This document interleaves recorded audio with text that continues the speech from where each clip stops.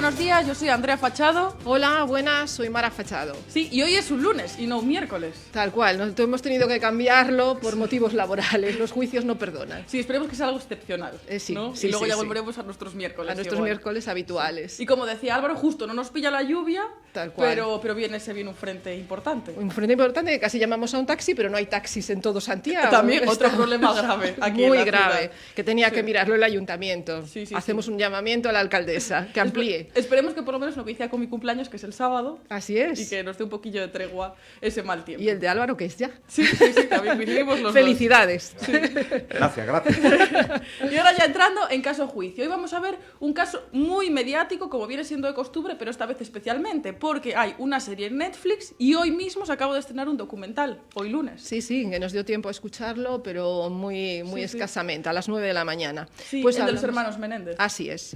El 20 de agosto de 1989, los hermanos Menéndez, Lai y Eric, que contaban con 21 y 19 años en aquel momento, dispararon a bocajarro contra sus padres, de 45 y 47 años solamente, en su casa de Beverly Hills, California. Esto nos da a entender que no andaban descalzos por la vida. No, desde luego dinero tenían, y luego lo veremos en el patrimonio, en las cifras que manejaban.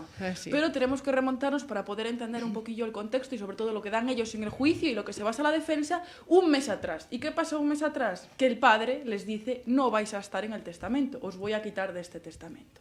Pero lo que ellos califican como el detonante, y no fue esta eliminación como herederos, lo que ellos califican como detonante fue que 5 días antes, Eric tiene una conversación con el padre, y el padre le dice: aunque te vayas a estudiar a la Universidad de UCLA, vas a tener que seguir durmiendo en mi casa. Es decir, voy a seguir abusando o violando. Claro, eso es lo que entendió sin duda Eric, que iba a seguir los abusos sexuales. Y al conocer esta noticia, Eric es cuando le cuenta a Lyle, a su hermano, que el padre lo violaba.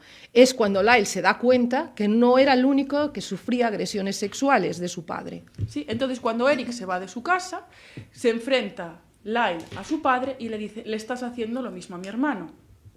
Sí, y 3 días después de esa conversación, compran armas, conducen de Los Ángeles a San Diego y visitan 3 tiendas antes de comprar las armas, porque en estas anteriores no le venden las mismas. Sí, no le venden las mismas, llegan a San Diego, llegan a esta tercera tienda y dice: muy bien, no voy a mostrar mi DNI porque sería muy absurdo que yo mostrase mi DNI si tengo esa intención, que es lo que se basa ese asesinato en primer grado, de matar a mis padres. Entonces cojo el DNI de otra persona. ¿De quién? Del compañero de universidad de Lyle. Entonces cogen este carnet y lo entregan para comprar esas armas. Y además dan una dirección distinta a la del carnet. Entonces la mujer se da cuenta, la dependiente, y le dice: mira, ¿por qué son 2 direcciones totalmente distintas? Y los hermanos le contestan: no, es que nos acabamos de mudar y entonces no hemos actualizado los datos del DNI. Claro, estos datos son muy importantes porque dificultan un poco la no premeditación de este tema. Entonces ese mismo día, el día del asesinato, llaman a un amigo, a Perry Bernard, para quedar con él esa noche. Sí, llaman a este amigo y entonces le dice: vamos a quedar por la noche después de cenar, después de ver una película, en este caso Batman, sobre las 9, 9:30, y vamos a ir a cenar a un restaurante que se llama Taste of LA. Pero antes de que suceda todo esto, tenemos que remontarnos a que ellos también practican tiro. Totalmente, practican tiro y lo que hacen es que no les dejan realizar las prácticas al principio porque son escopetas, que no llegan a tener balines para matar. Sí, y cambia la munición para que sea muchísimo más letal. Sí. Y un día antes del asesinato, que esto también lo vemos en la serie, ellos tienen como una salida de pesca. En esta salida de pesca dice que ellos se mueren de miedo porque piensan que sus padres, al estar solos en medio del mar, los van a poder matar sin que haya ningún testigo. Y le preguntan, entonces dicen: bueno, ¿y por qué? Le pregunta a la fiscalía: ¿por qué nos lleváis en ese momento las escopetas si en teoría las comprasteis para defenderos de vuestros padres? Y le dicen: no, es que eran muy grandes, como eran muy grandes se podían notar y por eso no las llevamos. Claro, el análisis de todos los días anteriores es fundamental para ver la defensa que tenían ellos en el momento del juicio. Como vemos, no es algo inmediato, sin premeditar, pero es importante también, como decía antes, que el día del asesinato llaman a este amigo Perry Bernard para quedar con él esa noche. Eso es, esa es la posible coartada. Sí. Entonces lo dicen a sus padres, no le dicen que tenemos una coartada, ya solo faltaría, pero sí le dicen: vamos a salir con este amigo por la noche. A los padres esto no les parece demasiado bien y empieza una discusión que al final torna en finalmente sacar el tema sobre las violaciones. Entonces el padre le dice a Eric que suba a su habitación y cuando Eric está subiendo las escaleras escucha a su hermano decirle a su padre, nunca más vas a volverle a hacer esto a Eric. Claro. Los padres finalizan ahí la discusión, entran en el salón y cierran las puertas. Recordemos que ese habitáculo está totalmente insonorizado. Y Lyle sube a ver a su hermano y le dice: no voy a ir a la habitación esta noche, no puedo permitir que esto suceda, refiriéndose a las agresiones. Y efectivamente, cogen las 2 escopetas que habían guardado, van al coche, es decir, salen de casa, van a su coche, recargan las armas, entran en el salón y ya...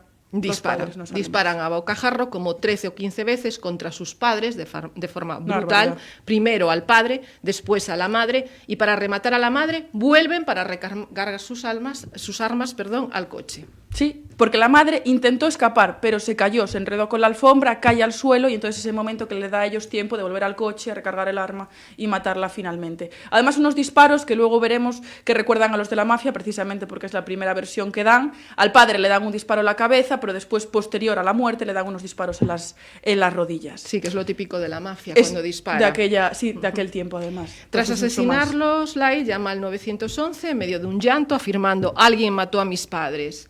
Y al principio, evidentemente, negaron haberlos matado. Sí.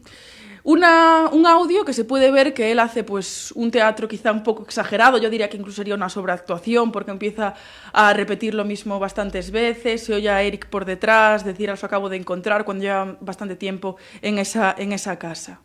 Pero se lo creen. Sí, se lo creen. Para mí es un buen actor. Sí, es un buen actor y sobre todo fallos de la policía. ¿Qué fallos tenemos aquí? Primero, si acaban de disparar y acaban de decirlo, dice el Eric y Lyle en el propio documental que se estrena hoy. ¿Por qué no nos hicieron, por ejemplo, una prueba de pólvora? Pues sí, tendría las manos llenas de pólvora. ¿Por qué no miraron en el coche que teníamos ahí los cartuchos? Sí, los tenían. ¿Por qué no los revisaron? Porque ¿quién iba a sospechar de los 2 niños ricos que tenían todo? Absolutamente nadie. E incluso en la primera versión que da Eric, dice que está todo cubierto de neblina. Eso solo se sabe si ellos han disparado. Claro, exactamente. Entonces hay muchos fallos de la policía en un primer momento y están 2 meses totalmente en libertad. Sí, están en libertad y durante ese tiempo lo que hacen es buscar el testamento. Es decir, si ellos saben que no van a gastar el testamento, vamos a buscarlo para destruirlo y así poder gastar ese dineral que tenía el padre, que estaba valorado en esos 14 millones. Entonces, ¿qué hacen? Buscan desesperadamente. El primer sitio donde podía estar era el ordenador, buscamos desesperadamente el ordenador, lo encuentran y ahí hay 3 ficheros, uno que pone testamento, esto nos recuerda a otros casos, ¿no? Que ponía pues el de Bárcenas, que ponía lo de contabilidad B, o el de Pelicot que hablábamos el otro día. Bueno, pues 3 ficheros donde pone testamento, Eric y Lyle. Entonces piden a un informático que lo recupere estos archivos. Cuando lo recupera están en blanco, vacíos, no hay nada. Entonces le pide, aprovechando que está ahí el informático, que borre absolutamente todo lo que hay en el disco duro. Porque en teoría lo iban a vender. Sí, así es. Pero una vez que encuentran el testamento, ¿qué observan? Que es el original. Que es el original y que son ellos los herederos universales. Entonces dicen que bien. Sí, se les cae un poco lo que pensaban que era y por qué lo había hecho. Pero son frívolos en todo momento. Una vez que ocurre todo esto, en los meses posteriores a la muerte de sus padres, los hermanos dilapidan su herencia. Roles, coches, propiedades de lujo, antes de ser tenidos como sospechosos. Llegan a gastar $700.000 en nada. En muy poco tiempo. Y hablando de frivolidad, pasamos a un comentario que también fue muy frívolo en el entierro de los padres, en el que Lyle le dice a su tío, que es su padre, tío, hermano de la madre, en este caso de Kitty, le dice: mi padre siempre me decía, nunca vas a llenar mis zapatos, y hoy mismo llevo puestos los de él. Y finalmente son detenidos. Al entregar las grabaciones de las sesiones, la amante del psicólogo Smith a la policía. Este es el detonante para que ellos sean, porque en realidad no había nada que los inculpara hasta ese momento, salvo esas cintas. Esas cintas. Sí, esas cintas, porque está varios meses, como decías, hablando con el psicólogo, 2 meses antes, porque no es inmediato, como quizás si se ve en la serie, que ya llama, se siente muy mal, llama al psicólogo, te lo voy a contar todo. No, están 2 meses en terapia, los dos, Eric y Lyle, y un día Eric unilateralmente llama al psicólogo, un 30 de octubre, y dice: vamos a quedar, que te voy a contar todo lo que pasó. El psicólogo ya se lo suponía, ya creía que ellos 2 eran los asesinos de sus padres. Entonces llama a su amante y socia, Smith, para que atienda o que esté ahí como seguro de vida. Eso es, y graba todo, absolutamente todo, que es lo que a ellos los pone en el punto de mira. Realmente, aunque la serie parece que ya en ese momento se consideran culpables, en realidad no tienen pruebas y son otras las pruebas, como veremos posteriormente, los que ya los inculpan y tienen que reconocer los hechos sin más. Pero Netflix aquí novela un poco. Sí, porque ellos son detenidos, o sí, como nos muestra la serie de manera novelesca, ¿no? Paro un coche de policía, te impido el paso, luego te detengo en el aeropuerto porque venía de un torneo en Israel, eso sí, perfecto, pero sí que hay otros detalles que no son veraces, como por ejemplo no hay una confesión inmediata, sino que es a través de una carta. Ellos escriben una carta que en un principio podría parecer que es la de fuga, pero no, es la de confesión. Ya en prisión. Ya en prisión, sí, ya llevaban varios meses en prisión. Sí, porque en realidad había una duda de si el psicólogo podría declarar, porque está bajo secreto profesional, si podría declarar o no en el juicio que se tendría que realizar posteriormente, y si esas grabaciones valdrían o no, estarían sometidas al secreto profesional. Pero ya, cuando hay esa carta que le cogen a Eric en su celda, ya no hay lugar a dudas si tienen que reconocerlo sí o sí. Sí, no le queda otra porque no la destruye. Sí. Aunque aparecía textualmente destruye esta carta, pero como a él le pareció que era la primera vez que Lyle sabría, pues no la destruyó. Y se celebran 2 juicios, sí. En realidad, una vez que son detenidos, se celebran 2 juicios. El primero fue televisado, ¿no? Que llama mucho la atención y está ahí para ver. Y se celebró en 1993. Hay una cosa muy curiosa para la legislación española y para las normas españolas, que se realiza ante 2 jurados. Cada hermano tuvo su jurado independiente. Sí, esto en Estados Unidos no es algo raro. A veces se necesitan 2 jurados pues para que cada uno de ellos se enfoque en un acusado diferente, que mire detalles que el otro no puede. Bueno, pues estos 2 jurados no es algo raro ni diferente en Estados Unidos. Lo que sí, los medios de comunicación, porque tenían allí una cámara que estaba grabando y la propia fiscal dice, antes del juicio me fui al baño a vomitar de los nervios que tenía por esa expectación mediática, ¿no?, que había. Sí. Su abogada, la de Eric, Leslie Abramson, esta rubita de ricitos que aparece... Sí, que tanto se parece a la real. Un montón sí. A la real. Alegó en su defensa, porque claro, ya tenían que reconocer sí o sí que ellos habían sido los autores de ambos asesinatos. Pero, ¿cuál fue su defensa? Que no se trató de un asesinato, que mataron por miedo a los abusos paternos. Y si es miedo y no mala intención, cuidado, no es asesinato. Sí. Se alegó que actuaban en defensa propia y, por tanto, no podían ser condenados por homicidio premeditado. Pero recordemos los datos que hemos dado antes, ¿no?, de los días previos. Sí, hay defensa propia imperfecta en Estados Unidos y luego también homicidio insuperable. Entre esas cartas se barajaba, sí, es lo que se barajaba en ese juicio. En todo caso, no fueron unos abusos solo del padre, sino también de la madre. Se llega a confesar que la madre lo duchaba a Lyle hasta los 13 años, tocándolo por todas partes, incluso dormía con él y le decía que la tocara, y también le pegaba, lo arrastraba y también era consentidora de lo que hacía, en este caso, su marido. Claro, es que defender este homicidio no premeditado era mucho más complicado para el caso de la madre, porque supuestamente los abusos eran solo del padre, entonces se ampliaron también a la madre. Sí, y entonces por eso pues, se dijo posteriormente que eso también lo hacía la madre, que la madre era conocedora, que incluso cuando se le contó a una prima y esta prima le da el testimonio de ese niño de 8 años que le confiesa a su madre, ella lo único que hace es arrastrar los escaleras arriba y decirle que se calle. Sí. En cuanto a la fiscalía, evidentemente su posición era toda la contraria a la que era la defensa de los hermanos y afirmaba que actuaron para quedarse con todo el patrimonio de los padres. Claro, esto que se estimaba en unos 13-14 millones de dólares. Esto lo avalaba, pues evidentemente el despilfarro que había, la sospecha de que no había un testamento a su favor, evidentemente. Sí, hay muchos datos. Nosotros que hemos tenido acceso a las sentencias, también a la de apelación y también al habeas corpus que solicita en 2005, esto sí que hace muchísimo hincapié, sobre todo distintos jueces del estado de California, en el que se dice que tenían 1 millón de euros que el padre ganaba cada año, 7 millones en activos y propiedades, y además eran beneficiarios de un seguro por valor de 300.000 euros cada uno. Sí, que trabajaba para una discográfica, él. Sí, trabajaba para una discográfica, por eso lo de la insonorización que decías antes, estaba insonorizado porque no podía escucharse, ¿no?, todas sus mezclas y lo que hiciese. Esto es. Finalmente, este juicio quedó en tablas. Los jurados, ambos, no lograron llegar a un veredicto y nos ponemos ya en 1994. Y se tuvo que celebrar un segundo juicio. El segundo juicio fue 2 años más tarde, en 1996, y no se permitió, aquí sí que hubo una verdadera... se cercenó, ¿no?, los derechos de la defensa o la defensa de los hermanos al prohibírsele presentar la mayoría de las pruebas sobre los abusos cometidos por José Menéndez a sus hijos. con lo cual los hermanos solo contaron con su propio testimonio para su defensa.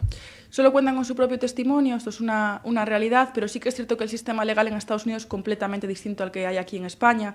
Esto sería prácticamente imposible en España. Bueno, hay determinados casos, pero siempre el Tribunal Supremo garantiza que esto se cumpla. Así es. Y en Estados Unidos no. ¿Por qué? Porque para que tú puedas llamar a un testigo tiene que haber un fundamento. Entonces, Lyle, debido a su credibilidad, que era cero después de ese libro que se había publicado en el que decía que era súper buen actor, que todo el mundo lo había creído, que no habría problema con que la gente lo creyera, pues perdió toda la credibilidad que había ganado hasta el momento y entonces no declara. Al no declarar, no hay fundamento para llamar a testigos que hablen sobre sus violaciones. Claro. Esto también lo vimos en casos muy famosos, como el de Johnny Depp. Johnny Depp, recordemos esa imagen horrorosa de sus abogados celebrando que Amber Heard había nombrado a Kate Moss.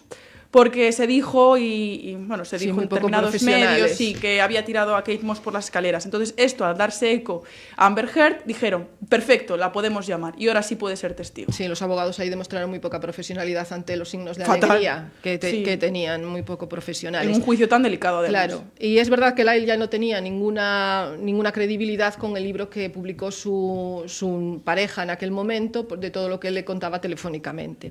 Y en ese mismo juicio hay otra especialidad, y es que el juez, al parecer, solo dio dos opciones al jurado. O bien los condenaban por asesinato o los declaraban inocentes, descartando cualquier posibilidad de lo que estaba pidiendo la defensa, condenarlos por homicidio involuntario, basado precisamente en que era involuntario por los abusos. El jurado solo tardó 3 días en su deliberación y los declaró culpables de homicidio premeditado. Ambos fueron condenados a cadena perpetua ya en 1996 y desde aquella está en prisión. Por una serie de contradicciones al final. Y esas contradicciones, la primera de ellas sucede casi en el momento, en el minuto cero, y es la primera versión que ellos dan. Dicen que fue la mafia los que mataron a sus padres y en todo caso que pudo ser un compañero de trabajo del padre que se llamaba Noel Bloom. Claro, ahí perdieron toda credibilidad y tú, evidentemente, no estás obligado a decir la verdad ni a autoinculparte, pero tienes que ser creíble. Entonces, con eso perdieron la credibilidad. Pero es que además compraron, como hemos ya insistido, compras de lujo posteriores sin que exista dolor, ni arrepentimiento, ni absolutamente nada. Es decir, si tú haces algo en un momento de fragor, en un momento de tal, luego tienes un constreñimiento, tienes que ser consciente de lo que acabas de hacer, pero lo que hacen es compras. Bueno, y sobre todo si dices tú que a tus padres los ha matado la mafia, sí. Y después vas ahí, voy a gastar todo el dinero que tengo, sí, porque mejor que 2 roles me compro 3, mejor que un coche me compro 2. Es que eso no tiene ningún sentido y ya la policía ahí dijo posibles culpables, sí, que hasta el momento no lo habían pensado. Otra cosa que también nos dice, bueno, esto puede estar premeditado, son las cintas de estas del psicólogo, porque ahí se dice uno al otro que la decisión que más les costó tomar fue matar a la madre y que le dio incluso a Eric varios días para que lo reposase y lo pensase, pero que la madre sin el padre no podría vivir. Claro, ahora mismo se está corroborando que la madre la matan porque no quieren un testigo y porque es como una eutanasia, que no querían que sobreviviese a su padre porque ya no iba a sobrevivir. Es muy fuerte oír absolutamente. Y desde luego ahí esto. se cae la defensa propia, se cae absolutamente todo. Las armas, además, son compradas antes, recordemos. Entonces ahí hay una premeditación. Es decir, si yo sí cojo cualquier arma blanca, de fuego, lo que sea, la cojo en ese momento para defenderme, pues bueno, ahí no hay la premeditación. Pero es que ellos van antes a comprarla y pasan por 3 tiendas. Las primeras no se lo venden, pero siguen insistiendo, es decir, están ahí pensando en que van a hacerlo. Sí, y sobre todo el DNI, ¿no? Porque yo podría entender, ahí un poco contradiciéndote, sí que podría entender que ellos compren un arma, sobre todo en un país como Estados Unidos, que la compren para defenderse. Al final dice que casi todo el mundo en Estados Unidos tiene un arma en su casa para la defensa, pero claro, lo que no se entiende es que coja el carné o el DNI de su compañero de habitación. Claro, esa es la fundamentación que tendrá que seguir la defensa, pero evidentemente los hechos anteriores, que son los que se analizan para saber si hay premeditación o no, está ahí. Sí, y desde luego también lo que tampoco se entiende es, por ejemplo, lo de las cintas, ¿no? Aquí tenemos el secreto profesional, si alguien viene al despacho a contar algo, eso se puede contar públicamente o decir lo que te cuentan los clientes. Sí. ¿Son válidas las cintas como pruebas? Pues en principio, si te vienen a tu despacho y te dicen, mira, voy a contar toda mi vida, eso es secreto profesional, no puedes salir de ahí, no puedes decirlo en absolutamente ningún lado. Lo mismo pasa con los psicólogos. Los psicólogos estamos en exactamente la misma situación, pero en Estados Unidos es un poco diferente. paciente. En este caso se dice, vamos a utilizar estas cintas porque son con uso terapéutico y no fueron utilizados por la defensa ni fueron dichos por la defensa. Claro, es que los abogados, por ejemplo, aquí en España, para levantar ese velo de secreto profesional tenemos que tener autorización del Colegio de Abogados. Ni que nos lo pida un juez, podemos de modo propio acudir al juzgado y decir todo aquello que se ha revelado en nuestro despacho como secreto profesional. No, esto es secretísimo y cualquier violación de eso es, bueno, no te sé. inhabilitarían ya de por Es que vida. en principio no serían tenidos en cuenta, salvo que el juez lo hubiese pedido. Sí. Pues vale, aquí nos ponemos ya en mayo del 2023. Sus abogados afirmaron que había pruebas nuevas, porque esto no termina aquí. Ellos están condenados, llevan 30 años ya en prisión aproximadamente, ya después veremos cómo han rehecho su vida o cómo la viven, más que rehacerla, pero en mayo del 2023, hace nada, sus abogados afirmaron que había pruebas nuevas, 2 en concreto. La primera, una carta enviada en 1988 por Eric a su primo Andy Caño, 8 meses antes solo de los homicidios, en la que da detalles de estos abusos. Dice específicamente: sigue ocurriendo, Andy, pero ahora es peor para mí. Todas las noches me quedo pensando que puede venir. Tengo miedo. No conoces a papá como yo. Está loco. Andy ya testificó en el primer juicio sobre estos tocamientos que tenía Eric, pero murió en 2003 en una sobredosis, con lo cual su testimonio ya no puede ser tenido en cuenta o vuelto a Sí, realizar. escalofriante esta carta que tiene este familiar, pero también no se entiende por qué no ha aparecido antes, ¿no? Es de 1988, 6 meses antes, pues... Y que no la haya nombrado en su testimonio, por lo menos, ¿no? Sí, me ha escrito una carta que no aparece, que no encuentro, pero ha ocurrido Y sobre esto. todo porque él estaba desesperado, buscando a gente que incluso mintiese por él, porque llegó a llamar a su novia de aquel momento y decirle, mira, por favor, di que mi padre te ha intentado violar, llamó a otro y le dijo a otro amigo y le dijo, di que te pedí armas para defenderme, cuando esto era totalmente mentira. Si tienen esta carta, pues que menos, ¿no?, que mostrarla o por lo menos acordarse. Hombre, sería muy acordarse de interesante. ella. Pero otro también caso que sí que hace o que permite, pues luego lo veremos, reabrirlo, pues es que en 2023 Rosselló, que es un miembro de la banda Menudo, del grupo Menudo, dijo que José Menéndez, el padre de los hermanos Menéndez, la había violado. Sí, relata que cuando tenía 14 años visitó la residencia de los Menéndez en Nueva Jersey y después de que le sirvieran una copa de vino sintió que perdía el control en su cuerpo y le llevaron a una habitación. Allí Menéndez lo violó y no fue la única vez. La verdad es que esto es escalofriante. Yo lo que no entiendo es como decías tú, si han buscado tanto, si han pedido a tantas personas que declaren a su favor, sobre todo en el primer juicio, cómo es que Roy Rosselló, que salió televisado incluso este juicio, no se personó. Entiendo que estaba en estado de shock y todavía no estaría preparado. Yo creo que era muy joven también. Sí, entonces no estaría preparado sí, para aquí declarar. Sí que es más shock, tienes que procesarlo durante más tiempo, incluso quizá darse cuenta de que eso había sucedido, y sí que eso puede Nos suceder pasa a las mucho. víctimas. Los menores, incluso, yo estoy por la no prescripción de estos delitos, porque hay menores que llegan a los 40 años, que han sido abusados y que llegan a los 40 años o más, y es cuando realmente pueden enfrentar este dolor y este estado de shock y pueden empezar a denunciar, pero ya están prescritos. Sí, pero aquí sobre todo en España ya prescribirían. Sí, y sí que tendría que haber un movimiento para que esto no sucediese. Entonces, intentaron demostrar que había abusos por parte del padre y que se anulasen las condenas y las cadenas perpetuas. Es lo que están intentando ahora, presentando el habeas corpus ante el Tribunal Superior de Los Ángeles. El fiscal corroboró haberlo recibido y que esta situación, este caso, está bajo revisión. Es decir, esperamos que en una revisión de los registros judiciales, que muestra la carta que no se presentó en ninguno de los dos juicios, según dice el propio documento, y el actual abogado Gardner dice que se espera la respuesta para finales de noviembre. Estaremos atentas, ya que según el fiscal una revisión del caso podría dar lugar o a una nueva sentencia o a un nuevo juicio. A ver qué pasa, pero desde luego lo que hay ahora en TikTok sobre todo son movimientos de varias generaciones pidiendo la reapertura del caso. Yo cada vez que entro en TikTok mi algoritmo solo me pone cosas de los Menéndez y entre ellos pues pidiendo la libertad de estas dos personas, estos dos hermanos. Incluso famosos de la talla de Kim Kardashian se han pronunciado y dijo textualmente: no son monstruos, son amables, son honestos y son inteligentes. Bueno, yo de inteligentes sí lo pondría un poquito en duda por todo lo que al final conllevó la condena y que los hayan pillado, pero esto fue lo que dijo.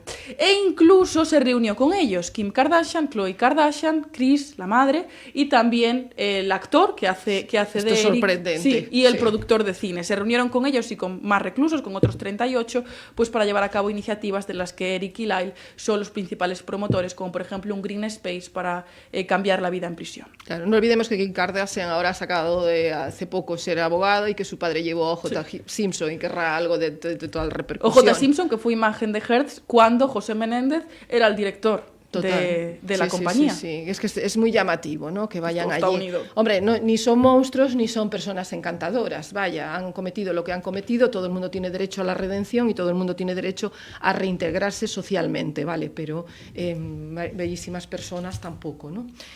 Pues ahora hablando de la fortuna, cambiando un poco de ruedo, los 14 millones de la fortuna Menéndez no existe ya.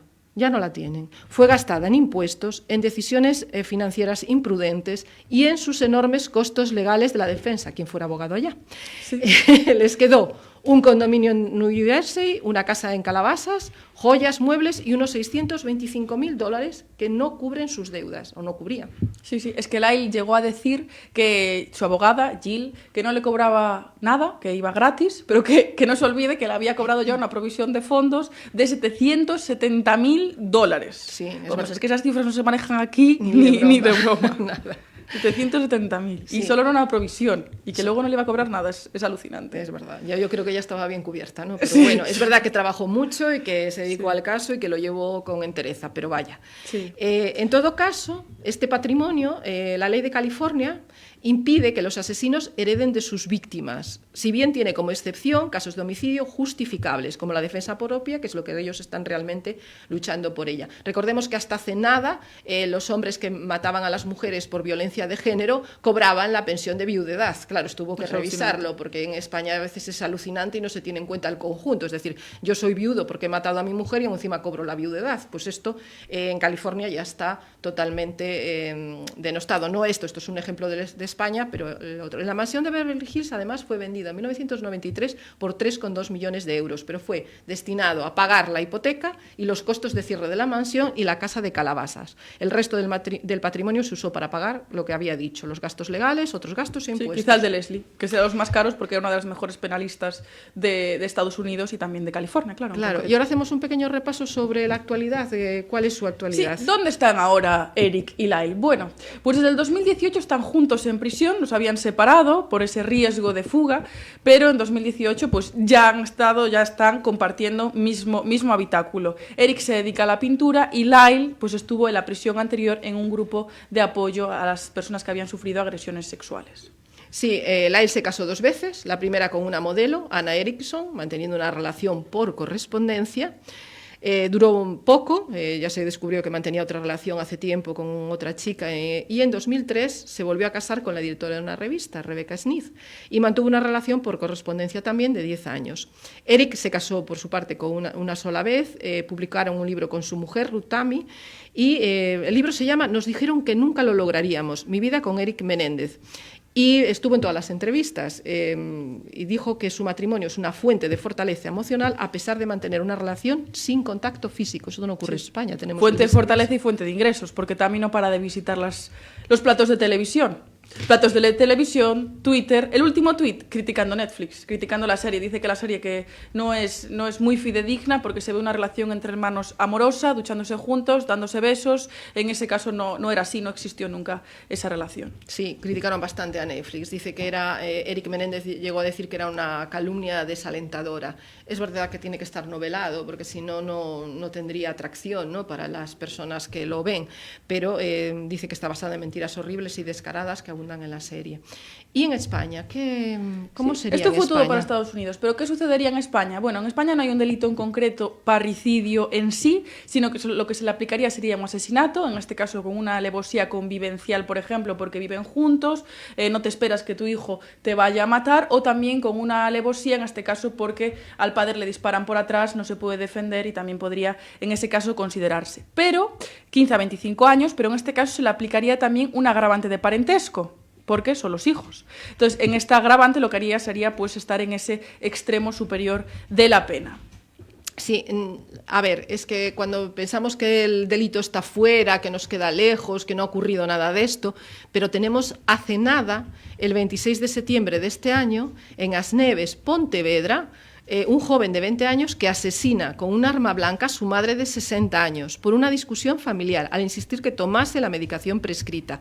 Es verdad que este chico estaba a tratamiento psiquiátrico por un trastorno mental, además de ser toxicómano, pero bueno, que no está tan lejos. Sí, se le aplicaría quizá unas atenuantes que en este caso no, pero es un caso que nos queda aquí, a la vuelta de la esquina, y que sí sucede. Los hijos matan a sus padres con razón o sin razón. Sí. Y después tenemos la posibilidad de alegar un miedo insuperable. El miedo insuperable es una eximente y tiene que anular la voluntad de ellos, que eso es lo que intentan ahora demostrar ya en el primer juicio, en el segundo y ahora con la revisión. La definición de miedo es que tiene que anular la voluntad de ellos y que no puede actuar de forma distinta como lo hicieron. Y además tiene 3 requisitos, que tiene que ser efectivo, real y acreditado. Pero es que además la jurisprudencia en España nos pide otras 2 cosas, que sea inminente y que el miedo sea justificado. Entonces, la definición de superable es que no puede controlarse ni puede dominarse. Es un poco difícil meter, tal cual nosotros conocemos la legislación aquí, esos hechos anteriores y posteriores. Claro, es que aquí la Fiscalía de las sentencias dice esto no puede ser miedo insuperable, porque lo que hacen ellos es, vale, tienen en principio un miedo futuro a que sus padres lo maten, si ellos cuentan lo de las violaciones, y que incluso lo pueda matar en este momento. Pero suben a su habitación los dos. En esa habitación cogen el arma. Salen con las armas, con las escopetas, las recargan en el coche, entran en la casa, los matan. Después, aún no así, se tratan de buscar una coartada, yéndose al cine a buscar unas posibles entradas, y después, aún por encima, llaman y dicen que pudo ser la mafia. Todo esto lo que hace es desvirtuar ese miedo insuperable, según la Fiscalía, claro, y según la sentencia también. Es que inminente no se ve. Tenemos 2 sentencias en España del 2011, que son 2 mujeres que han sido maltratadas, agredidas, insultadas y amenazadas por su marido. Entonces, una de ellas se le impone esta medida, esta eximente, y a la otra no. ¿Y cuál es la diferencia de una y otra? Que tienen las mismas circunstancias, las 2 cogen un cuchillo para defenderse y acuchillan a su marido. Que una de ellas, a la que se le aplica la eximente, llama inmediatamente al 112 y llama inmediatamente a un vecino para que venga a socorrerlo y ayudarlo, porque una vez que se da cuenta del alcance de lo sucedido, pues intenta paliarlo. Y la segunda no, la segunda se pone a limpiar el cuchillo, a limpiar la sangre del pasillo, y claro, son momentos esenciales para poder haberle salvado la vida. Ya no es una defensa propia, no es una legítima defensa, no es un miedo insuperable, sino que ya estás intentando ocultar datos. Y un poquito es para explicar cuál es esta diferencia. Sí, la principal diferencia. Es verdad que hay que ponerse en la piel de ellos y en la época también. Son Beverly Hills, una familia adinerada, todos estos trapos no se airean y de repente ellos tienen primero que asimilarlos y después pues poder contarlos. Pero sí que es cierto que toda esa premeditación, esas compras, esa después posible coartada, llamo antes a un amigo, pues hace que ese miedo insuperable pues sea menos creíble. Pero aquí también sucedió en España un caso en Tardear, en el programa este famoso de Ana Rosa, en el que apareció un señor diciendo me van a condenar, voy a entrar en prisión porque he acuchillado a una persona que ha entrado a robar a mi casa. Sí, ocurrió el 26 de octubre del 2023 y se despertó al oír ruidos y se puso en prealerta cogiendo el arma blanca de la mesita. Guardó silencio para acometer con ella al ladrón. Optó por defenderse sin intentar disuadir al ladrón de su acción con avisos o advertencias. Y entonces aquí hay una falta de proporcionalidad en los métodos utilizados. Ni cogió el arma después de haber sido agredido, sino que optó por defenderse guardando silencio. Fue condenado a 2 años y medio y evidentemente a 70.000 euros de indemnización. Esto, por ejemplo, en Estados Unidos, ya que estamos tratando el caso de los Menéndez, no ocurriría, porque en el momento en el que entran en tu casa, como es una propiedad privada, ya podría defenderse, en este caso, pues si le propina la muerte. Y solo un pequeño inciso, para revisitar la revisión de sus sentencias y esto, ¿en qué se pueden basar? En que las agresiones sexuales eran continuadas, que ellos estaban amenazados de que esto iba a suceder y iba a continuar. Eric le había dicho, tienes que venir a casa igualmente. Entonces, ante esa continuidad, ante ese miedo insuperable, no es inminente, pero sí había una amenaza constante sobre ellos y que evidentemente estás en estado de shock porque estos abusos se producen desde los 6 años, entonces tardas en salir de ese espacio, de esa situación. Sí, porque en el tribunal le preguntan a Lyle si alguna vez se había negado esta pregunta tan famosa y tan recurrente, ¿no? Y que hace tanto daño también. En todos los casos estos de abusos y de agresiones, en este caso sexuales. Entonces él le dice, sí, yo me negué una vez y nada más negarme, mi padre volvió con un cuchillo. Sí. Entonces, si esto sucede así es un continuo estado de terror. Claro, pues permaneceremos atentos a noviembre a ver cómo se revisa esta sentencia, si hay una revisión de sentencia o un nuevo juicio. Realmente es muy interesante desde el punto de vista jurídico. Sí, sobre todo porque las únicas personas que quedan son ellos dos y los únicos que pueden contar la historia pues serían Eric y Lyle. Así es, sí. Entonces vamos a ver ahora las noticias de la semana, lo que ha sucedido esta semana en Galicia, pero también en otras zonas de España. Por ejemplo, en Moaña, una mujer de 41 años falleció al caer el vehículo en el que viajaba al mar. Se detuvo al conductor al reforzarse la tesis de la intencionalidad, ya que testigos observaron cómo el conductor aceleraba por el espigón antes de precipitarse al mar. Recordemos que el conductor es pareja de ella y él fue rescatado cuando se encontraba en el techo del vehículo, pero ella se encontró muerta, flotando y con golpes en la cabeza o en la cara, no está muy claro. Y se está a la espera de la autopsia. Una barbarie. Una vez más, dos mujeres asesinadas este fin de semana. El 21 de este mes, además, se inicia la Audiencia Provincial de Ourense el juicio contra la mujer que confesó matar en agosto de 2021 en Cortegada al hombre con el que había contactado por una aplicación y que además venía de otra comunidad. Sí. Estaremos también atentas a este juicio porque será jurídicamente interesante. El viernes en Almería, en Roquetas del Mar, un hombre de 72 años acabó con la vida de su mujer de 56 años con un arma blanca. Y la ciberdelincuencia no deja de crecer, en este caso en Galicia. Las estafas informáticas se contabilizaron en 9.675 y otros ciberdelitos en 1.799 entre solo enero y junio del 2024. Sí, es verdad. Y tenemos una especialidad en el Milladoiro, la Guardia Civil especializada en el Milladoiro, pero ellos dicen que es todo como en movimiento, siempre está en movimiento. Cuando consiguen localizar un tipo de estafa informática, aparece otra, o se sofistica, o lo hacen mejor. Realmente tienen una tarea complicada por delante. Es muy complicado rastrear, pero ahora estábamos comentando hoy, antes de venir aquí al programa, y decía una persona, bueno, es que yo intento denunciar las estafas que llegan, pero la policía no me hace mucho caso porque ya dicen automáticamente que es muy complicado. Vale, es complicado, sí, lo sabemos. Los servidores pueden estar en el extranjero, que normalmente están en Senegal y en otros países. Pero lo que tienes que hacer es al menos recoger esa denuncia. Mínimo. Sí.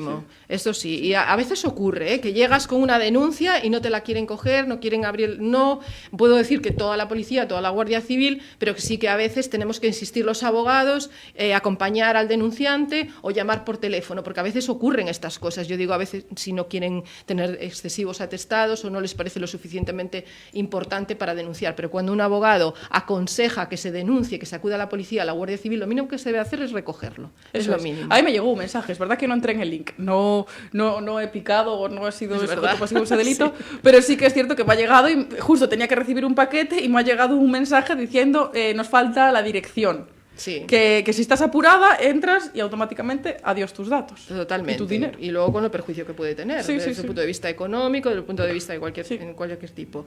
Pues bien, a 4 de los 5 menores, ya entrando en otra noticia de esta semana, de la manada de Logroño se les impuso por el juzgado de menores 3 años de internamiento. Habían participado en la agresión sexual grupal de 2 adolescentes de 13 años en el trastero de un edificio de esta ciudad en abril de 2023.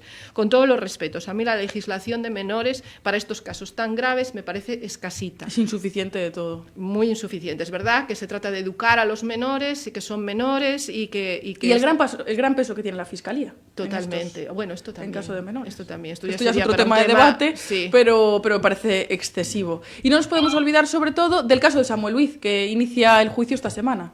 Así es. Este mes estaremos también atentas, con lo cual nos queda mucha tela por cortar, porque hay muchísimos temas interesantísimos que pospondremos. Sí, pues muchísimas gracias. Nos vemos dentro de 2 semanas. Adiós, liderenses. Sí. Hasta pronto.